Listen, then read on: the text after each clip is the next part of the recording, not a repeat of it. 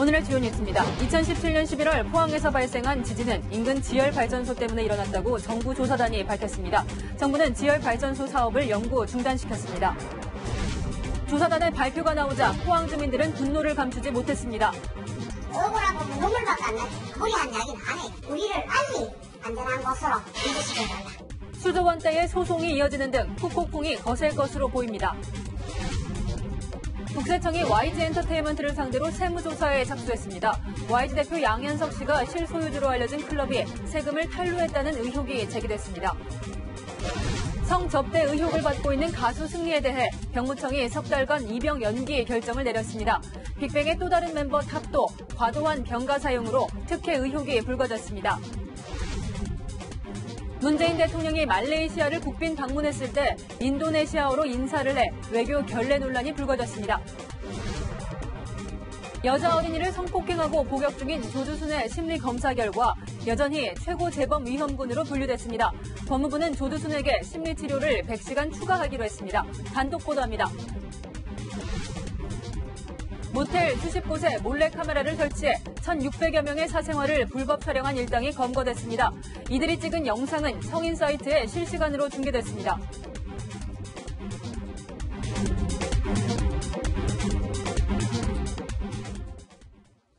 여러분 안녕하십니까? 재작년 포항 지진이 자연 지진이 아니었다는 조사 결론이 나왔습니다.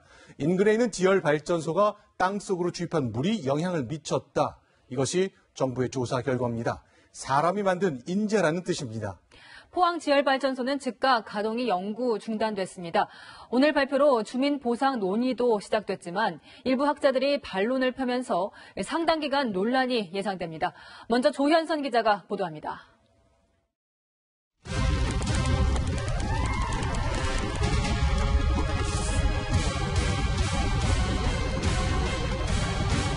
(135명의) 인명피해와 (1,800명의) 이재민이 발생했던 포항 지진. 정부 조사단은 지열발전소가 지진을 촉발했다고 1년 동안 수행한 연구 결과를 발표했습니다. 정부는 포항 지열발전소 사업을 영구 중단하기로 했습니다. 지하 4km까지 시추한 구멍도 다시 막고 발전소 부지를 원상 복구하기로 했습니다. 포항 외에 별도로 지열발전 사업을 추진하고 있는 지역은 없습니다. 이미 제기된 국민감사 청구와 별개로 엄정조사에 나서기로 했습니다. 지열발전 상용화 기술개발 사업의 진행 과정과 부지 선정의 적정성 여부도 조사할 계획입니다. 인재라는 결론이 나오면서 지열발전소와 정부의 책임을 묻는 목소리가 높아지고 있습니다. 경북 포항지진 범시민대책본부는 국가에 손해배상 청구 소송을 제기한 상태입니다. 산업통상자원부는 조사 결과를 겸허하게 받아들이며 포항 시민들께 깊은 유감을 표한다고 밝혔습니다. 채널A 뉴스 조현선입니다. 네, 그렇다면 지열발전소가 어떻게 지진을 유발하는 걸까요? 지열발전의 원리와 지진을 촉발한 원인을 박수유 기자가 자세히 짚어드립니다. 포항 지진의 진앙에서 약 2km 떨어진 곳에 들어선 지열발전소. 깊은 땅속에 관을 박아 지하 암석을 깨뜨릴 수 있을 정도로 강력한 압력으로 물을 주입한 다음 4km 아래 땅속 최고 170도에 이르는 열과 만나 뜨거워진 물을 끌어올려 에너지원으로 씁니다. 하지만 엄청나게 거센 물에 지하 단층이 영향을 받아 작은 지진이 일어나고 이런 영향이 누적되면서 규모 5.4에 달하는 본진을 촉발시켰다는 것이 정부 조사단의 결론입니다. 자극을 받은 범위 안에서 일어난 유발 지진과 달리 자극 범위 밖에서 일어나 촉발 지진으로 규정했습니다. 포항 지역은 비교적 얕은 깊이에서도 땅속 온도가 높아 앞서 2012년 국내 첫 지열발전소 부지로 선정됐습니다. 가장 큰 규모의 지진은 이소 누출이 집중적으로 발생한 시간 이후 약 한 달 지나서 발생을 하였습니다.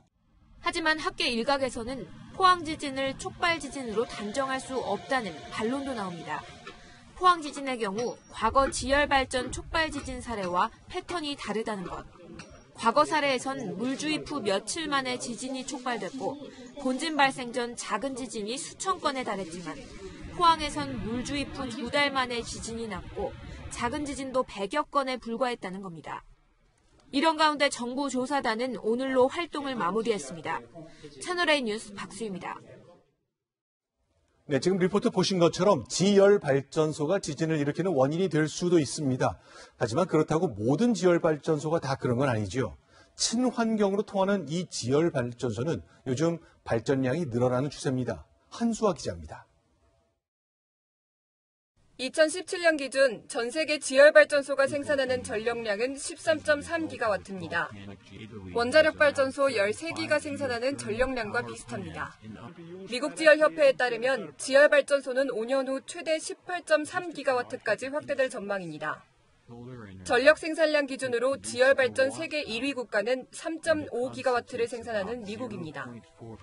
인도네시아가 1.9기가와트를 생산해 2위에 올랐고 이어 필리핀, 멕시코, 이탈리아 순입니다. 이들 5개 나라 외에도 스위스, 캐나다, 일본, 아이슬란드 등이 친환경 발전으로 지열 발전소를 운영하고 있습니다. 하지만 이번 포항에서처럼 지진을 유발하는 사고는 매우 드뭅니다. 지난 2006년 스위스에서 발생한 규모 3.0 지진의 원인이 지열 발전으로 확인돼 가동을 중단했습니다. 이번 포항 사례를 제외하면 스위스 경우가 유일한 것으로 알려져 왔습니다. 지열발전소가 있다고 해서 꼭 지진이 나는 것은 아니고요. 스위스 같은 경우에도 지진이 나가지고 지열발전소가 중단된 적이 있습니다. 스위스 바젤에 이어 이번 포항까지 지열발전소 운영이 지진 원인으로 판명되면서 친환경으로 주목받던 세계 지열발전에 어떤 영향을 미칠지 주목됩니다. 채널A 뉴스 한수아입니다. 네, 재작년 포항 지진이 천재지변이 아니라 인재였다는 정부 조사연구단의 발표에 포항 시민들은 울분을 터뜨렸습니다. 배우미 기자가 직접 만나봤습니다. 지진이 난 지 1년 5개월이 지났지만 대피소엔 여전히 텐트가 가득합니다. 집으로 돌아가지 못한 이재민들은 마음의 상처를 좀처럼 떨쳐내지 못하고 있습니다. 수면 전화는 내일 먹어도 자꾸 떠올라요. 뭐가 떠오르시는데요? 지진이 자꾸 떠올라요. 지진이 지열발전소 탓에 촉발됐단 정부조사단 발표를 지켜보던 이재민들은 그만 울분을 터뜨립니다. 억울하고 눈물밖에 안 나지. 국가 보고 우리는 뭐 보상 내놔라. 집제도가 무리한 이야기는 안 해. 우리를 빨리 안전한 곳으로 옮기시켜달라. 지열발전소가 있는 포항시 흥해읍. 기울어진 아파트는 흉물스럽게 방치됐고 빈집은 쓰레기장이 됐습니다. 수천만 원에서 1억 원이 넘는 개인 분담금 탓에 복구는 손도 못 대고 있습니다. 2년이 다 돼가도 아직까지 철거를 안 해준다 하는 그건 말이 안 되잖아요. 저녁으로는 진짜 적막해요. 여기 도둑놈 들어왔다 갔다 해도 모르겠고. 오늘 발표를 계기로 포항 시민들은 지진도시라는 오명에서 벗어나길 바라고 있습니다. 좀 화가 나기도 하는데 또 한편으로는 이제 다시 또 그럴 일이 없다고 가능성이 조금 줄어들었으니까 한편으로 안심되기도 하고 감사하기도 하고 네 그렇습니다. 관리만 잘하면 계속 안 나는 거니까 뭐 많이 떠나셨던 분들도 돌아오면 좋겠고 경제가 뭐 발전됐으면 좋겠어요. 채널A 뉴스 배윤입니다. 네, 포항 지열발전소는 정부와 민간이 함께 시작했습니다. 이번 발표대로라면 정부의 책임이 적지 않은데요. 누가 어떤 식으로 손해를 배상해야 할지가 최대 쟁점입니다. 이지훈 기자입니다. 포항 지진 당시 정부가 추산한 피해액은 551억 원. 하지만 한국은행 포항본부는 3천억 원이 훨씬 넘을 것으로 추산했습니다. 지금까지 정부와 사업주관기관인 넥스지오 등을 상대로 손해배상 청구 소송을 제기한 포항 시민은 1,300명에 이릅니다. 오늘 발표를 계기로 추가 소송도 이어질 전망입니다. 포항 시민 전체가 참여할 경우 소송 규모가 5조 원을 넘어 많게는 9조 원에 이를 거란 관측도 나옵니다. 천문학적인 재산적 피해를 감안해서 정부에서 특단의 피해 대책과 경제회복 이러한 부분을 포항 시민 전체를 상대로 해가지고 서명을 받아서 정신적인, 물질적인 다 청구할 겁니다. 지난 2010년 국가연구개발사업으로 시작된 포항 지열발전소는 서울대와 포스코, 국책연구기관 등이 참여했습니다. 하지만 발전소 운영을 맡았던 사업주관기관인 넥스지오가 현재 법정 관리 중이어서 사실상 배상하기가 어렵습니다. 정부는 이런 점들을 염두한 듯 조심스러운 입장입니다. 국가 등을 피고로 하는 손해배상 청구 소송이 현재 진행 중에 있기 때문에 법원의 판결에 따르겠다는 말씀드리겠습니다. 다만 지열 발전이 지진을 직접 유발한 게 아니라 간접적으로 촉발했다는 결론이 난 만큼 앞으로 법정에서 정부의 책임 범위를 놓고 치열한 공방이 예상됩니다. 채널A 뉴스 이지훈입니다. 살인이 벌어진 그날은 이희진 씨가 타던 최고급 차량 부가티를 20억 원에 판 날이었습니다. 김 씨 일당의 부모를 살해하고 강탈했다는 5억 원도 이 차값의 일부였습니다. 경찰은 중고차 업체를 조사했습니다. 이어서 신선미 기자입니다. 지난달 25일 이희진 씨 동생이 중고로 판 부가티 베이론 그랜드 스포츠 차량입니다. 시속 400km가 넘어 한때 세계에서 가장 빠른 양산차로 기록된 이 차량을 동생 이 씨는 20억 원을 받고 중고차 매매업체에 넘겼습니다. 이 과정에서 15억 원은 법인 계좌로, 5억 원은 5만 원권 현금으로 달라고 요구한 것으로 알려졌습니다. 가방이 없다고 해서 스포츠 가방이 저희들이 5만 원권을 담아서 전달을 하고 계약이 성사되고 이전 등록까지 완료가 다 되었습니다. 5억 원의 현금은 이 씨의 건물 관리인을 통해 아버지에게 전달됐고 아버지는 이날 오후 4시쯤 가방을 들고 안양 자택에 들어가는 모습이 CCTV에 잡혔습니다. 범행 당일이었습니다.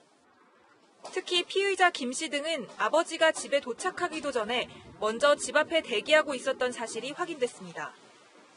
이들이 차량 매각 사실을 미리 알고 있었는지가 수사의 핵심인 상황에서 경찰이 오늘 중고차 매매업체 관계자들을 조사했습니다.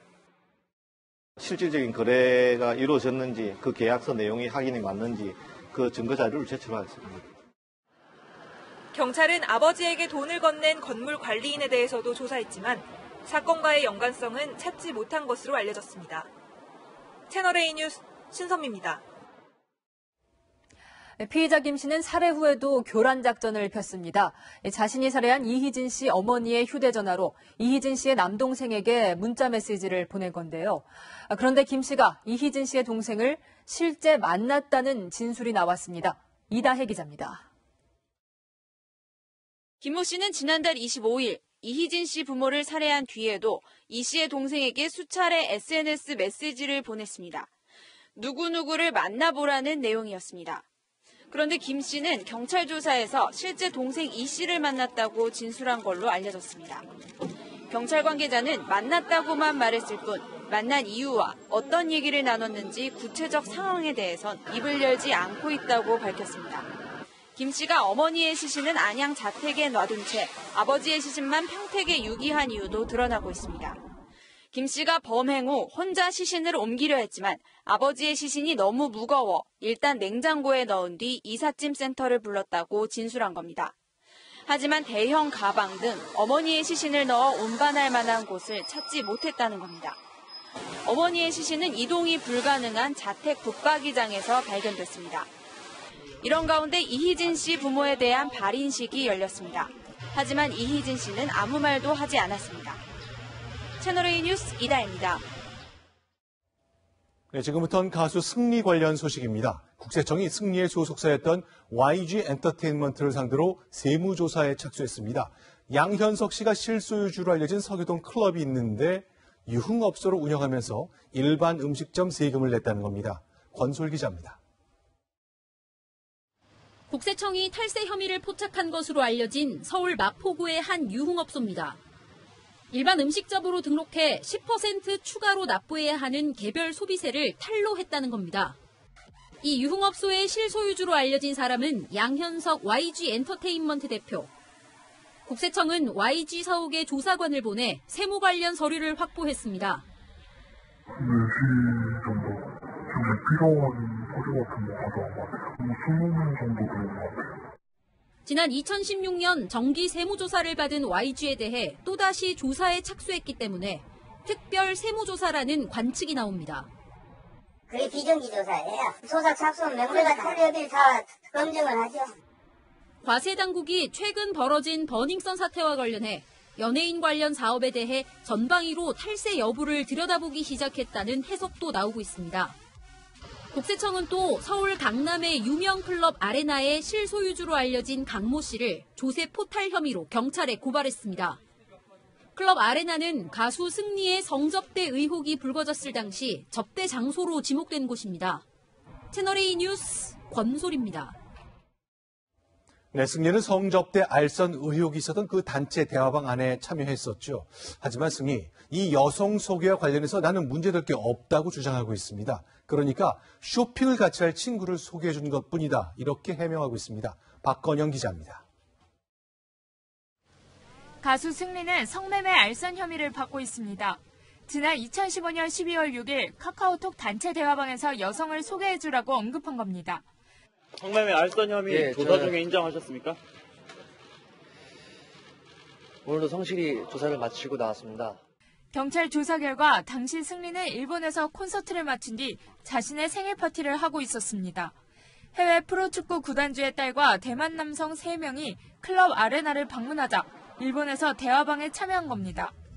승리는 자신의 여성 소개 발언과 관련해 알고 지내던 구단주의 딸에게 쇼핑을 같이 할 수 있는 친구를 소개해주라는 의미였다고 경찰에 진술한 것으로 알려졌습니다.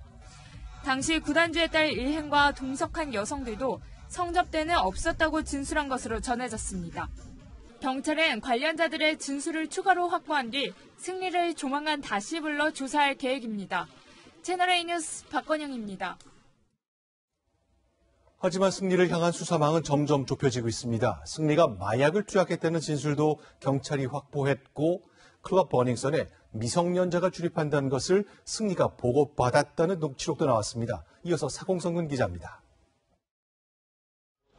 가수 승리가 그제 추가 소환 조사받은 사실이 확인됐습니다. 앞선 2차례 출석 때와 달리 이번에 승리를 비공개 소환한 곳은 서울지방경찰청 마약수사계였습니다. 경찰 관계자는 승리가 클럽에서 마약을 투약했다는 신빙성 있는 진술을 확보했다고 말했습니다. 6시간에 걸친 조사에서 승리는 혐의를 강하게 부인한 것으로 전해졌습니다. 앞서 이미 모바일 검사에서 음성 판정을 받은 사실도 강조했습니다. 마약 같은 경우는 마약 수사대에서 원하는 모든 조치를 하였습니다.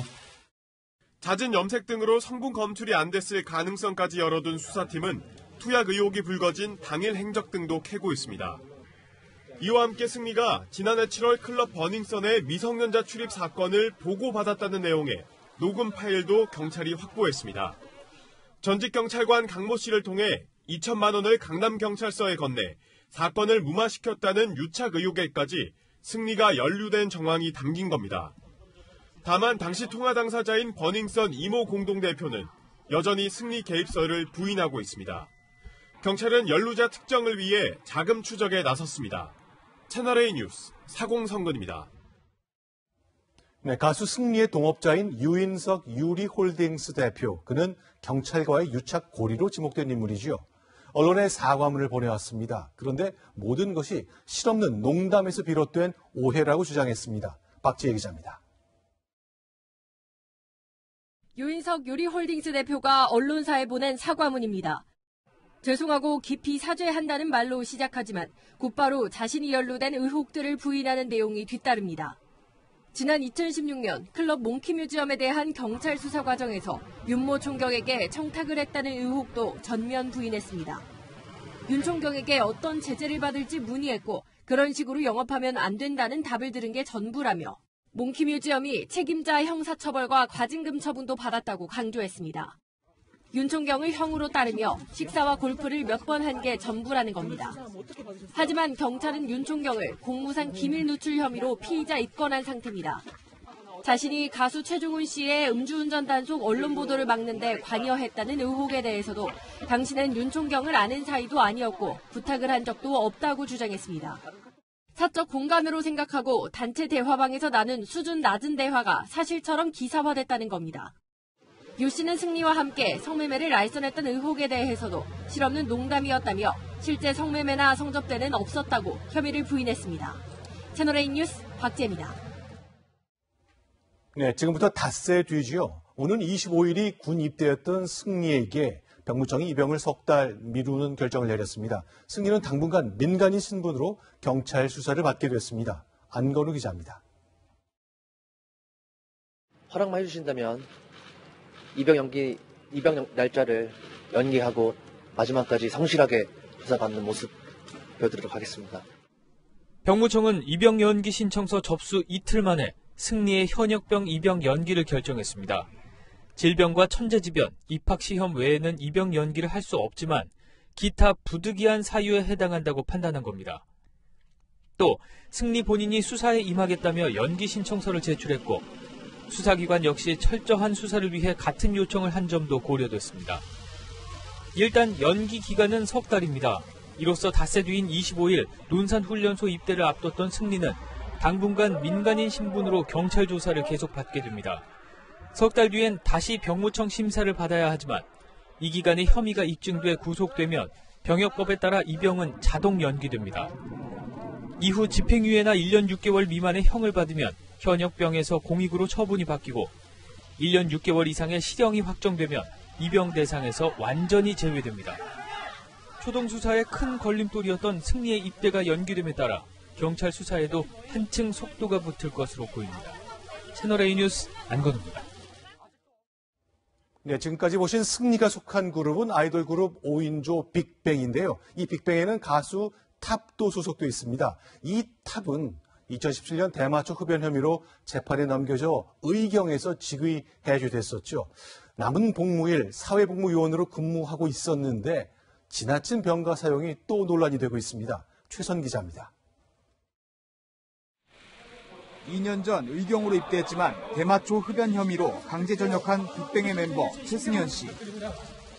지난해 1월부터 남은 의무 복무 기간을 용산 공회관에서 사회복무요원으로 근무 중입니다. 하지만 유독 징검다리 휴무 때만 병가를 과도하게 붙여 쉬었다는 의혹을 받고 있습니다. 휴무일인 일요일과 용산 공회관이 문을 닫는 월요일의 앞뒤로 하루씩 병가로 내는 시기였는데 현충일과 광복절, 특히 추석 연휴에는 휴일 사이사이 병가를 끼워놓고 최장 9일 연속 쉬기도 했습니다. 빅뱅의 멤버 최승현 씨가 사회복무요원으로 근무하고 있는 서울 용산 공회관입니다. 1년 남짓이라면서 19일을 병가로 썼습니다. 2년 동안 30일의 병가를 쓸 수 있는 만큼 규정 위반은 아닙니다. 하지만 다른 사회복무요원과 비교할 때 병가 사용일이 3배나 많습니다. 또 병가 때 진단서도 내지 않아 특혜 아니냐는 지적이 나옵니다. 최승현 씨가 내신 그 기간은 진단서의 대상은 아니고요. 진료 확인서라든지 아니면 본인 사유서를 제출하게 되면은 낼 수 있는. 그룹 빅뱅에 대한 논란이 끊이지 않고 있습니다. 채널A 뉴스 최선입니다. 8살 어린이에게 지울 수 없는 상처를 남긴 조두순의 출소가 불과 1년 9개월 남았습니다. 법무부가 조두순의 성범죄 치료 경과를 점검했는데요. 여전히 재범 위험이 있는 것으로 나타났습니다. 먼저 최주현 기자의 단독 보도입니다. 미성년자 강간상해죄로 징역 12년을 선고받은 조두순이 10년째 복역 중이던 지난해 법무부는 외부 심리치료기관을 통해 조두순의 성범죄 치료 경과를 확인했습니다. 결과는 성적 일탈성이 크다는 것이었습니다. 성적 일탈성은 성인지 왜곡이나 잘못된 성적 충동을 확인하는 기준입니다. 재범 가능성과 직결된 요소이기도 합니다. 게다가 조두순은 미성년자에게 강한 성적 욕망을 느끼는 소아 성애 부분에서 불안정 평가를 받은 것으로 알려졌습니다. 10년째 복역하며 심리치료 프로그램도 이수했지만 여전히 재범위험군에 속해 있는 겁니다. 앞서 조두순은 2017년 경북 북부 제1교도소에서 100시간, 지난해 포항교도소에서 300시간의 심리치료를 마치고 다시 경북 북부 제1교도소로 이감됐습니다. 그런데 채널A가 백혜련 더불어민주당 의원실을 통해 확보한 자료에 따르면 조두순이 받은 심리치료에는 소아성애 치료는 포함되어 있지 않았습니다. 법무부 관계자는 성범죄 유형별로 세부 치료를 하진 못하고 있다며 심리치료 인력과 프로그램을 개선 중이라고 설명했습니다. 채널A 뉴스 최주현입니다.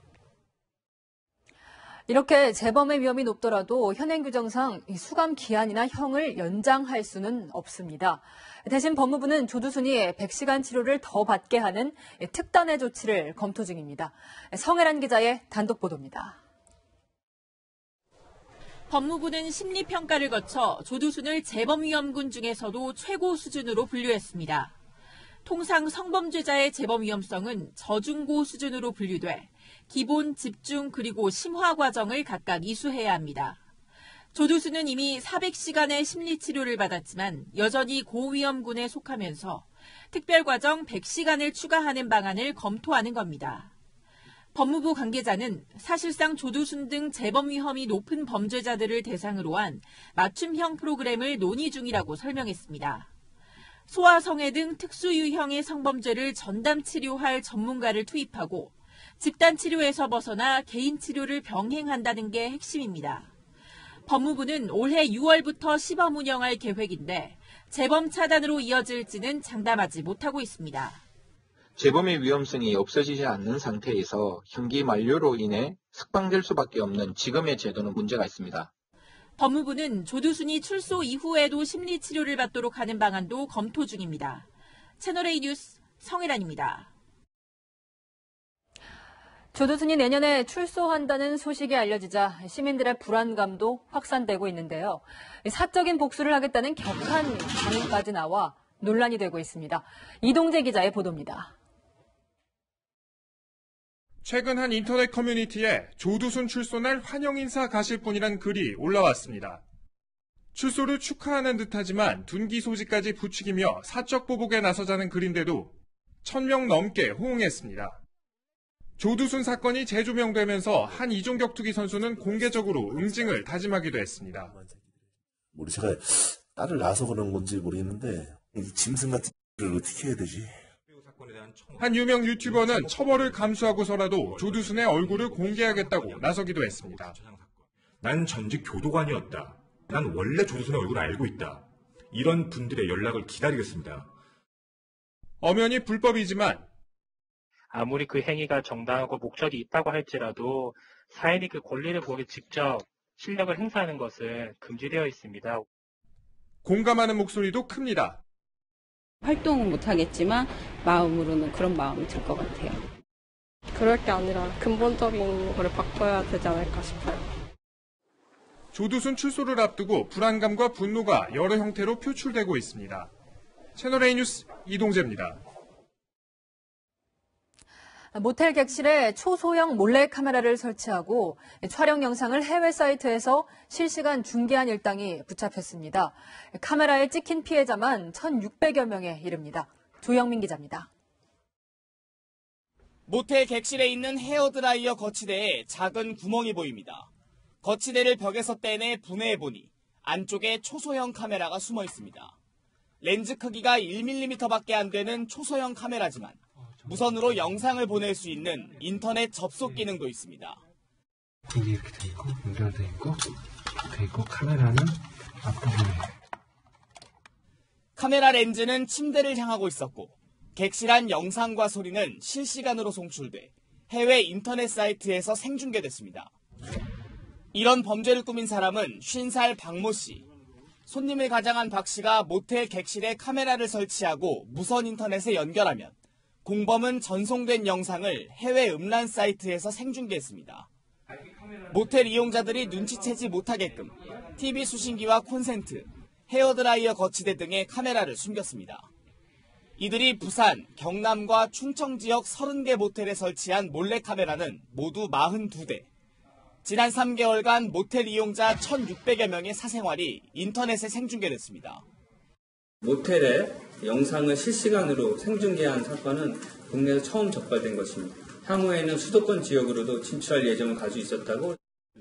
경찰은 박 씨와 공범 김모 씨를 성폭력 처벌 특례법 위반 혐의로 구속하고 이들에게 카메라와 자금을 제공한 다른 공범 2명을 불구속 입건했습니다. 채널A 뉴스 조영민입니다. 네, 문재인 대통령 지난주 말레이시아 국민을 향해서 인사말을 건넸습니다. 슬라맛 소루. 친근함의 표시였지만 옆에 나라 인도네시아 언어였습니다. 김의겸 청와대 대변인은 왜 틀린 거냐는 질문에 답하지 못했습니다. 조아라 기자입니다. 문재인 대통령이 마하티르 말레이시아 총리와 정상회담 후 기자회견에서 인사를 건넵니다. 슬라맛 소루. 하지만 이 말은 말레이시아어가 아니라 인도네시아어의 영어식 발음이었습니다. 말레이시아와 인도네시아가 역사적으로 갈등 관계에 있었던 만큼 외교적 결례라는 지적이 나왔습니다. 오후 4시에 저녁 인사를 하는 실수도 있었습니다. 청와대는 현지어 인사말을 작성하는 과정에서 혼선이 발생했다며 말레이시아 정부로부터 문제 제기는 없었다고 해명했습니다. 하지만 어떤 경로로 문제가 발생했는지 제대로 답변하지 못했습니다. 청와대는 지난 15일 문 대통령이 방문 중이던 캄보디아를 소개하는 공식 SNS 글에 대만의 국가 양청원 사진을 올렸고, 지난해 문 대통령의 체코 방문 때는 외교부가 체코의 국명을 이전 명칭인 체코슬로바키아로 게시해 논란이 빚어졌습니다. 이낙연 총리도 계속된 의전 실수를 질타했습니다.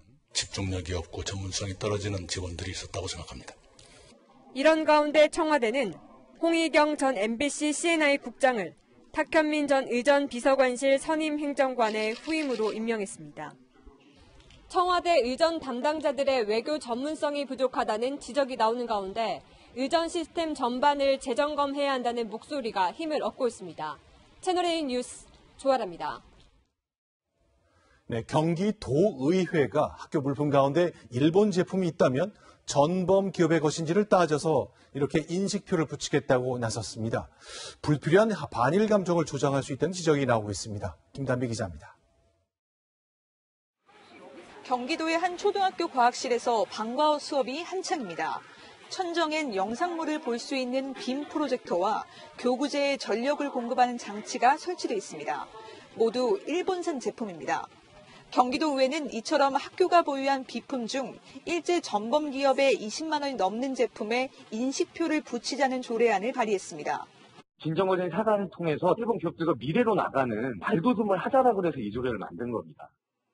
교육청이 수용할 수 없다는 입장을 내놨지만 의회는 다음 달 본회의에 해당 조례안을 상정한다는 계획입니다.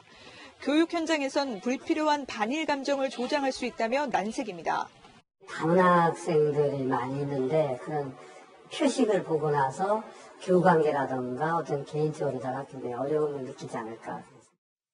서울시 의회에도 서울시와 교육청의 전범기업 제품의 불매를 촉구하는 조례안이 계류돼 있습니다. 전문가들은 무조건적인 반일 인식은 위험하다고 조언합니다. 어린아이들한테 영향을 줄 수 있는 것 외에도 보이콧할 수 있는 다른 방법도 있지 않을까요? 채널A 뉴스 김단비입니다. 일제 강제징용을 다룬 우리 역사 교과서 몇몇은 이 사진을 싣고 있습니다. 그런데 잘못된 겁니다. 일본 우익 목소리를 대변해온 산케이 신문이 지적하면서 뒤늦게 확인됐습니다. 김민지 기자가 보도합니다. 올해 교육부가 발간한 초등학교 6학년 사회교과서입니다. 일제의 강제징용 만행을 고발하는 대목에 우리 민족이란 설명과 함께 사진 한 장이 실렸습니다. 그런데 이 사진 속 남성들은 강제징용과는 무관한 일본의 노동자들이었던 것으로 드러났습니다. 1926년 일본의 한 지역신문이 홈카이도에서 벌어진 학대 사건을 보도하면서 쓴 사진이 우리 교과서에 실린 겁니다.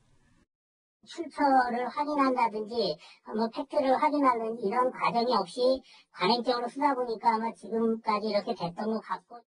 해당 사진은 초등학교는 물론 중학교와 고등학교 역사 교과서에도 버젓이 실려 있고 2년 전 군함도의 진실을 밝히겠다며 뉴욕 타임스퀘어 5개 광고판에 상영된 영상에도 등장했습니다. 잘못된 그 사진이라든가 교과서 내용을 가지고 일본에게 빌미를 줘서는 안 되죠. 일본이 역사 왜곡이다 이렇게 이야기할 수는 없는 거죠. 교육부는 새 학기가 시작되고 나서야 이 사실을 알게 됐다며 해당 사진을 가리는 등 수정하겠다고 밝혔습니다. 채널A 뉴스 김민지입니다. 민주당은 문재인 대통령을 비판한 외신 기자들을 검은 머리 외국인이라고 비난했는데요. 결국 사과했습니다. 미국의 블룸버그 통신은 비판 기사를 쓴 기자를 지지한다는 입장을 내놨습니다. 황아람 기자입니다. 대한민국 대통령이 김정은 수석 수석 대변인이라는 낯뜨거운 이야기를 민주당 의원님들 이거 외신 보도 내용입니다. 나경원 원내대표 연설 다음 날 민주당은 연설에 인용된 블룸버그 기사를 쓴 기자가 한국인이라고 실명을 공개하면서 외국에 가까운 내용이라고 비난했습니다. 황교안 대표가 다시 발끈해 뉴욕타임스는 이보다 더 심한 표현도 썼다고 반박하자 민주당은 또다시 기사를 쓴 외신 기자를 원색 비난했습니다. 검은머리 외신을 인용한 나경원 원내대표에 이어 황교안 대표는 한술 더 떴습니다. 한국인 외신 주재원이 쓴 검은머리 외신 기사에 불과했습니다.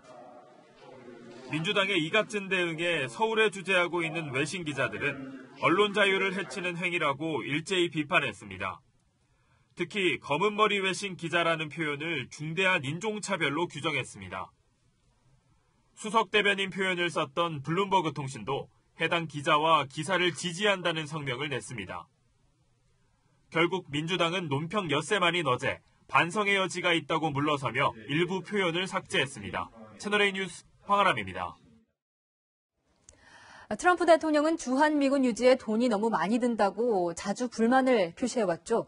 이번엔 미국 국방부가 트럼프의 공약인 국경 장벽을 세우기 위해 주한미군 예산을 끌어다 쓸 수 있다고 시사했습니다. 워싱턴에서 김정한 특파원입니다.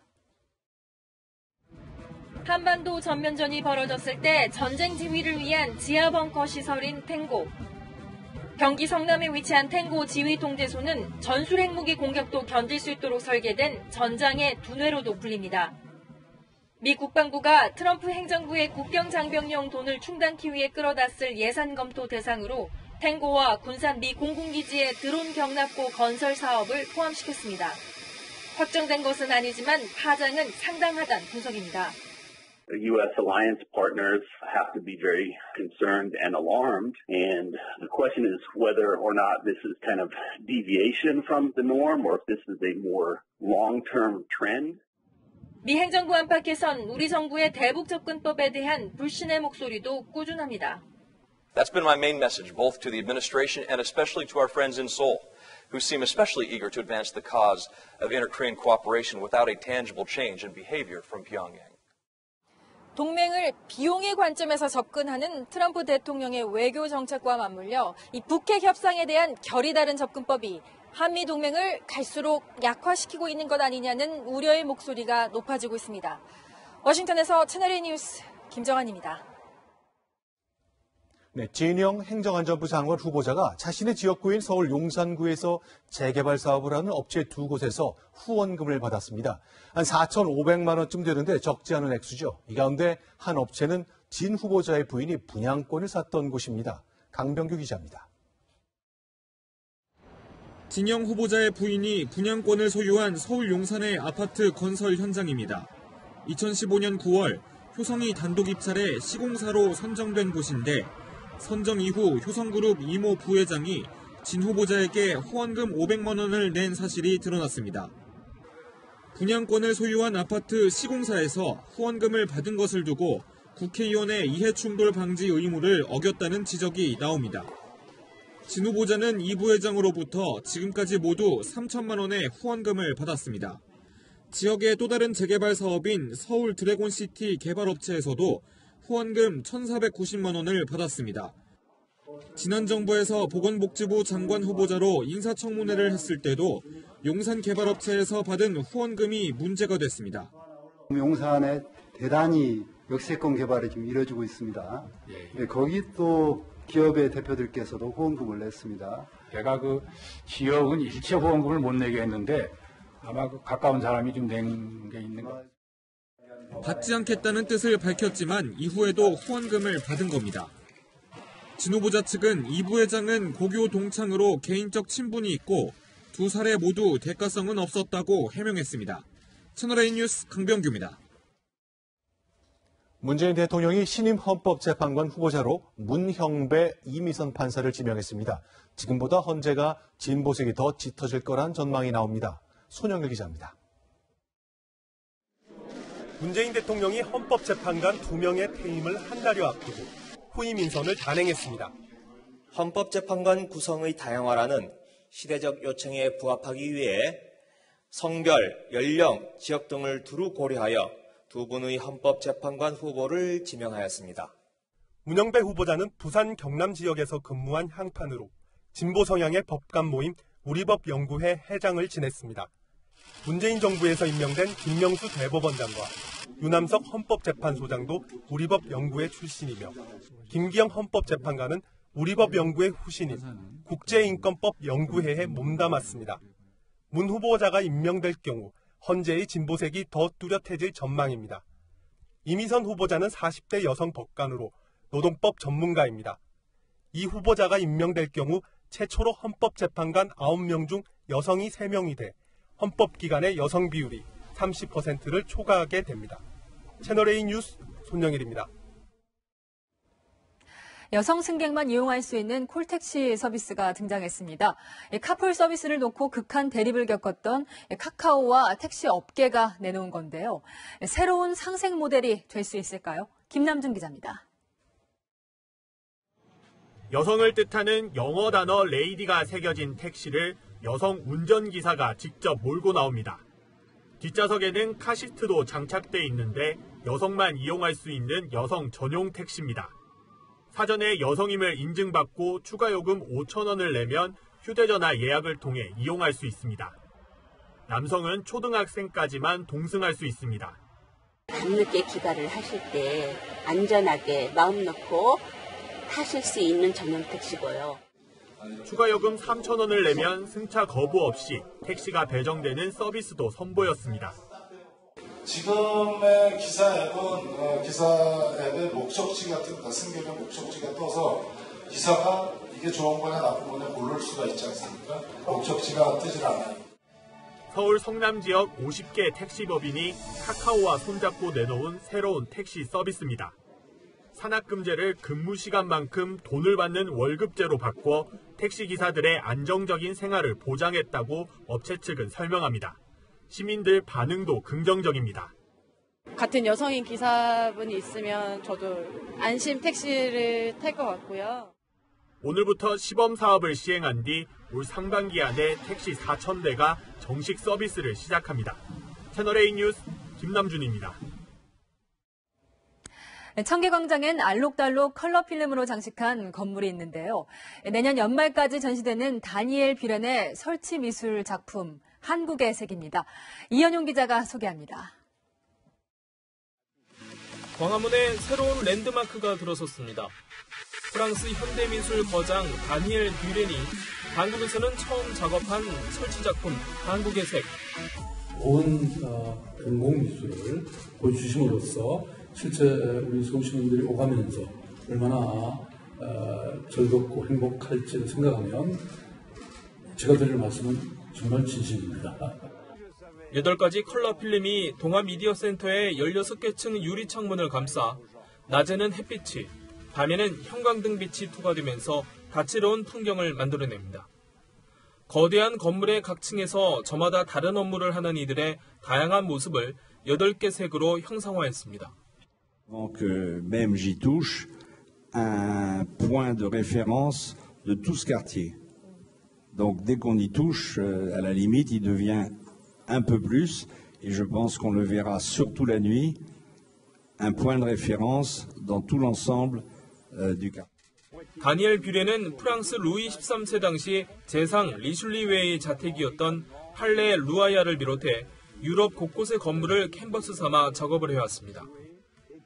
한국의 색은 내년 12월까지 전시됩니다. 채널A 뉴스 이현용입니다. 어제 김포공항 탑승구역에서 국내 항공사 직원을 폭행하고 난동을 부린 일본인 남성이 경찰에 입건됐는데요. 이 남성은 일본 후생노동성 과장급 간부인 것으로 드러났습니다. 후생노동성은 이 남성을 대기 발령 조치했습니다. 오늘 새벽 전남 여수시 오동도 앞바다를 지나던 석유 제품 운반선에서 불이 났습니다. 이 불로 선원 2명이 숨지고 기관장이 화상을 입어 병원으로 옮겨졌습니다. 해경은 선실 쪽에서 불이 났다는 선장의 진술에 따라 화재 원인을 조사하고 있습니다. 지금 전국 많은 지역에 약한 봄비가 오고 있습니다. 아직까지는 비의 강도가 강하지 않기 때문에 미세먼지가 남아있는 곳이 많은데요. 오늘 늦은 밤부터는 강하고 요란하게 쏟아지는 곳이 많겠습니다. 앞으로 제주 산지 많은 곳에는 150mm 이상, 남해안과 지리산 부근, 제주에는 30에서 80, 그 밖에 전국에는 10에서 60mm에 적지 않은 비가 예상되고요. 곳에 따라 돌풍과 벼락이 동반될 수 있습니다.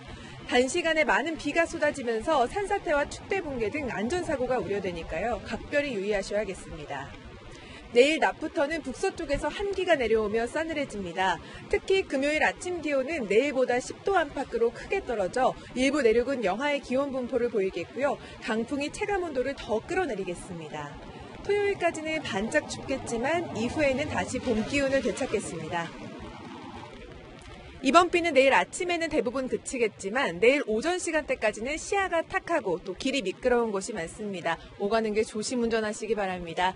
지금까지 채널A 뉴스 남혜정입니다. 네, 우리 역사 교과서에 엉뚱한 사진이 실렸죠. 하필이면 일본과 다투고 있는 강제징용 관련 사진이었습니다. 또 실무진의 착오였겠지만 대통령이 말레이시아에서 엉뚱한 나라의 말로 인사를 했죠. 나란 일에 뭔가 나사가 빠진 것 아닌지 잘 점검하라는 경고음으로 들립니다. 뉴스 마치겠습니다. 고맙습니다.